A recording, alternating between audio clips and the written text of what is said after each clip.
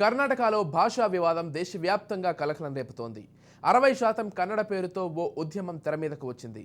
కర్ణాటకలో వ్యాపారాలు నిర్వహించేవారు దుకాణాలు ముందు ఇంగ్లీష్లో సైన్ బోర్డులు ఏర్పాటు చేయడంతో కన్నడ భాష అంతరించే ప్రమాదముందంటూ కర్ణాటక రక్షణ వేదిక ఆందోళనకు దిగింది. వాణిజ్య వ్యాపార సంస్థల సైన్ బోర్డులపై 60% కన్నడాక్షరాలే ఉండాలన్న నిబంధనను అమలు చేయాలని పట్టుబడుతోంది. ఈ క్రమంలోనే నేమ్ బోర్డుల విషయంలో టీఏ నారాయణగౌడ ఆధ్వర్యంలో భారీ ఊరేగింపు నిర్వహించారు. అయితే బెంగళూరులో కర్ణాటక రక్షణ వేదిక నిర్వహించిన ర్యాలీలు ఉద్రిక్తతకు దారితీశాయి. కెంపెగౌడ ఎయిర్పోర్ట్తో పాటు పలు ప్రాంతాల్లో రెచ్చిపోయిన ఆందోళనకారులు హోటళ్లు దుకాణాలపై ఆంగ్లంతో ఉన్న సైన్ బోర్డులను తొలగించి విధ్వంసం సృష్టించారు. కన్నడలో సైన్ బోర్డులకు సంబంధించి బెంగళూరు నగరపాలక సంస్థ ఇచ్చిన ఆదేశాలను తక్షణమే అమలు చేయాలని డిమాండ్ చేశారు. ఇక పరిస్థితి అదుపు తప్పడంతో పోలీసులు లాఠీ చార్జ్ చేసి ఆందోళనకారులను అడ్డుకున్నారు. ఆయా ఘటనల్లో పాల్గొన్న వారిని అదుపులోకి తీసుకున్నారు. కర్ణాటక రక్షణ వేదిక నేతలను అరెస్ట్ చేసి కోర్టులో హాజరుపరచగా 14 రోజుల రిమాండ్ విధించింది కోర్టు.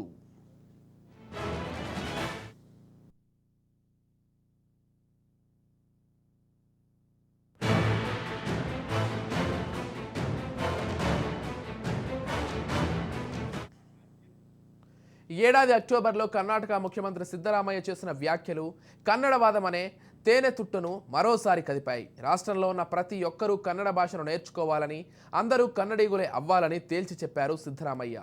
అంతకుముందే కీలక ఉత్తర్వులు జారీ చేశారు. బెంగళూరు సిటీలో బిజినెస్ చేస్తున్న వాళ్ళంతా నేమ్ బోర్డులపై ఖచ్చితంగా కన్నడ భాషలో రాయాలని, అందుకు కొంత ఖాళీ ఉంచాలని తేల్చి చెప్పింది ప్రభుత్వం. బెంగళూరు మున్సిపాలిటీ అధికారులు ప్రభుత్వ ఆదేశాలకు అనుగుణంగా ఆర్డర్ పాస్ చేసింది. బిజినెస్లకు సంబంధించిన నేమ్ బోర్డుల్లో 60% మేర కన్నడాలే కనిపించాలనేది ఈ ఉత్తర్వుల్లో సారాంశం. వచ్చే ఏడాది ఫిబ్రవరిలోగా సిటీ అంతటా ఇది అమలవ్వాలని రూల్ పెట్టారు.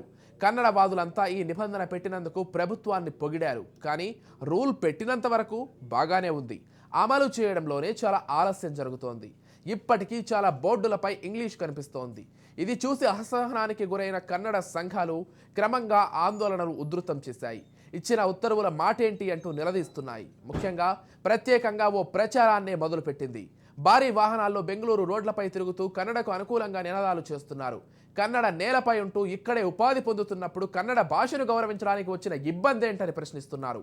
నేమ్ బోర్డులను కన్నడ భాషలోనే పెట్టుకోవాలని డిమాండ్ చేస్తున్నారు. ఈ వ్యవహారమే కాస్త అదుపు తప్పి ఆందోళనకు కారణమైంది.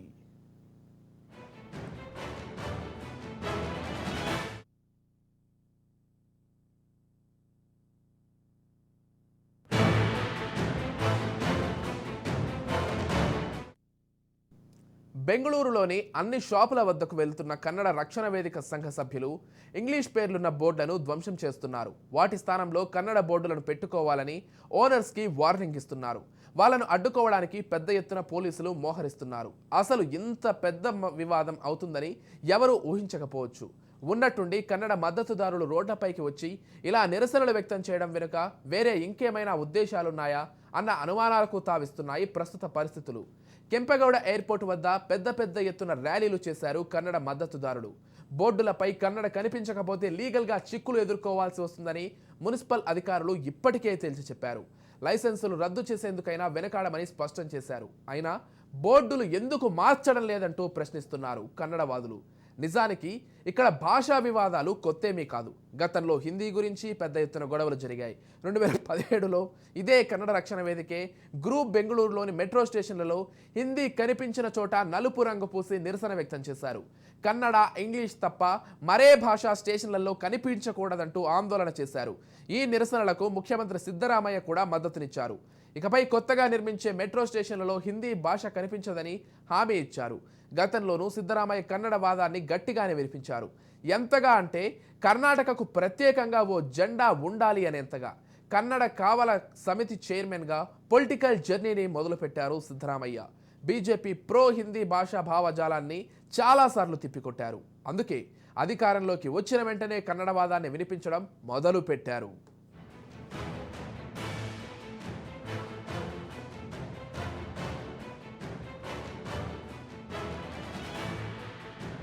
1994లో తొలిసారి బెంగళూరు దూరదర్శన్లో 10 నిమిషాల పాటు ఉర్దూ బులెటిన్ని ప్రసారం చేసినందుకు అప్పట్లో పెద్ద ఎత్తున అల్లర్లు జరిగాయి. ఈ గొడవల్లో కొందరు బలయ్యారు. భాష విషయానికి వచ్చినప్పుడు కన్నడ ఫిల్మ్ ఇండస్ట్రీ కూడా మద్దతునిచ్చింది. 1982లో గోకాక్ యాజిటేషన్ రాష్ట్ర చరిత్రలోనే అతిపెద్దది. అప్పట్లో హిందీకి వ్యతిరేకంగా ఈ ఉద్యమం జరిగింది. సినీ నటుడు రాజ్ కుమార్ కూడా ఈ ఉద్యమంలో పాల్గొని మద్దతునిచ్చారు. అప్పటి నుంచి కొంతవరకు గొడవలు సద్దుమణిగిన 2006 తర్వాత మరోసారి కర్ణాటక రక్షణ వేదిక యాక్టివ్ అయింది. ఇప్పుడు మరోసారి హిందీ, ఇంగ్లీష్ భాషల్ని వ్యతిరేకిస్తూ ఆందోళనను మొదలుపెట్టింది ఈ సంఘం. మొత్తంగా ఇదే అంశానికి సంబంధించి మరింత సమాచారం అందించడానికి మా ప్రతినిధి మానస్ లైవ్ ద్వారా సిద్ధంగా ఉన్నారు.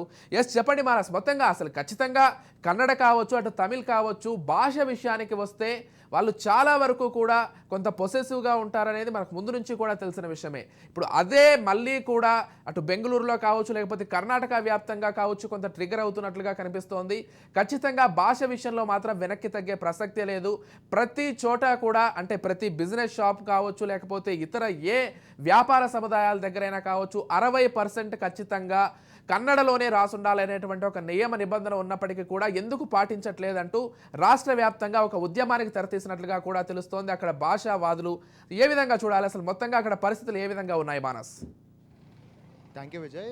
మనం కన్నడ భాషా వివాదం గురించి చూసుకుంటే ఇప్పుడు దేశవ్యాప్తంగా ఇది ఒక సంచలన అంశంతో పాటు మొత్తం దేశంలోనే కలకలం రేపుతున్న అంశంగా కూడా పరిగణించుకోవచ్చు. ఎందుకంటే ఇది 2006 నుంచి కాస్త చాప కింద నీరులాగా ప్రవహిస్తున్నప్పటికీను ఇప్పుడు ఒక్కసారిగా బగ్గుమండడానికి కారణాలు కూడా ఆ రాష్ట్ర ముఖ్యమంత్రి అని చెప్పుకోవచ్చు. ఎందుకంటే సిద్ధరామయ్య అక్టోబర్లో ఒక స్టేట్మెంట్ అయితే చేశారు. ఏంటంటే ప్రతి ఒక్కళ్ళు కన్నడవాదులు అయి ఉండాలి, ప్రతి ఒక్కరికి కన్నడ వచ్చి ఉండాలి అనే దాంతోపాటు వాణిజ్య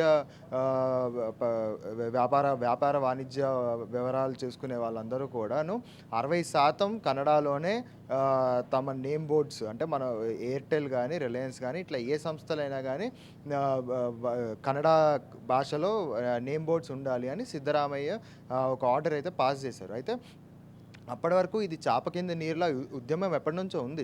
బట్ అది చాప కింద నీరులో ఉన్నదాన్ని ఏంటంటే ఒకసారిగా సీఎం అఫీషియల్గా స్టేట్మెంట్ ఇచ్చాడు అనే దాంతో ఏంటంటే ఒకసారిగా ఇప్పటివరకు ప్రొటెస్ట్ చేయాలి అనే ఆలోచనలో ఉన్న వాళ్ళందరూ కూడా రోడ్ మీదకి వచ్చి డైరెక్ట్గా ప్రొటెస్ట్లో అయితే పాల్గొన్నారు. అయితే వాళ్ళ వాదన ఏంటంటే సిద్ధరామయ్య స్టేట్మెంట్ ఇచ్చి కూడా చాలా నెలలు గడుస్తుంది. అక్టోబర్లో ఇచ్చారు స్టేట్మెంట్, బట్ ఇప్పటికీ కూడా ఏ వాణిజ్య సంస్థ కూడా ఆ రూల్ని అయితే పాస్ చేయట్లేదు, రూల్ని ఫాలో అవ్వట్లేదు. సో ఇమీడియట్గా ఫాలో చేయాలి అని ఒక ప్రొటెస్ట్కి అయితే దిగారు. ముఖ్యంగా చూసుకుంటే కెంపగౌడ ఎయిర్పోర్ట్, బెంగళూరులో అతిపెద్ద ఎయిర్పోర్ట్ అయినటువంటి కెంపగౌడ ఎయిర్పోర్ట్కి అంతర్జాతీయ వ్యాప్తంగా ఒక మంచి విశిష్టత అయితే ఉంది. టోటల్ వరల్డ్లోనే one of the richest airport, one of the largest ఎయిర్పోర్ట్గా కెంపగౌడకి అయితే పేరుంది. సో కెంపగౌడ ఎయిర్పోర్ట్ దగ్గర నిరసనలు తెలియజేసి ప్రొటెస్ట్కి దిగడం ద్వారా కర్ణాటకలో ఉన్న భాషా వివాదం అనేది మొత్తం దేశవ్యాప్తంగానే కాకుండా ప్రపంచవ్యాప్తంగా కూడా ఫోకస్ అయ్యే స్థాయికి వెళ్ళింది. ఎందుకంటే ఇది అంతా కూడా నేషనల్ ఇష్యూగా క్రియేట్ చేయడం అయితే జరిగింది. అయితే దీనిపై ప్రభుత్వం స్పందిస్తూ దీని వెనకాల బీజేపీ హస్తం ఉంది అంటూ అయితే కామెంట్లు అయితే చేస్తున్నారు. కాకపోతే స్టేట్మెంట్ ఫస్ట్ ఇచ్చింది, రూల్ పాస్ చేసింది మాత్రం సీఎంఏ అని చెప్పుకోవాలి. అయితే ముందుగా చూసుకుంటే మనం బ్యాక్ టు ద హిస్టరీ వెళ్తే ఒకసారి. Right, thank you Manas.